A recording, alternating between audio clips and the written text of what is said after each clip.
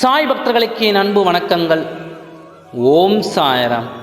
என் அன்பு குழந்தையே, நேற்று உனக்கே தெரியாமல் உன் வாழ்க்கையில் மிக முக்கியமான விஷயம் ஒன்று நடந்து உள்ளது. என்னவென்று இதை பொறுமையாக கேள். தடைகள் பல வரலாம், தட்டி பறிக்க கூட்டமும் பல எதிராக வரலாம். எதை கண்டும் அஞ்சாதே, துணிந்து செல்.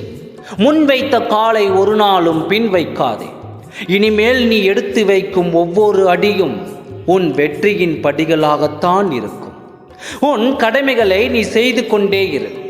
உனக்கானது நிச்சயம் உன்னை வந்தடையும். இப்பொழுது மன நிம்மதியோடு இரு. உனக்கான ஆசீர்வாதத்தை உன் சாயப்பா நான் வழங்கிவிட்டேன்.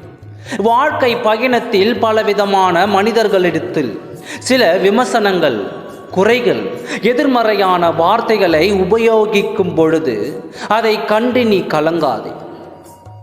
அவர்களிடம் உன்னை பற்றி நிரூபிக்க முயற்சிகளும் செய்யாதே. உன்னை புரிந்து கொள்ளும் காலம் நிச்சயம் அவர்களுக்குள் வரும். அதுவரை எல்லாவற்றையும் என்னுடைய பாதத்தில் சமர்ப்பித்து விடு. உன்னை அறிந்த நான் உன்னுடன் இருக்கிறேன் என்பதை மட்டும் ஒரு நாளும் நீ மறக்காதே.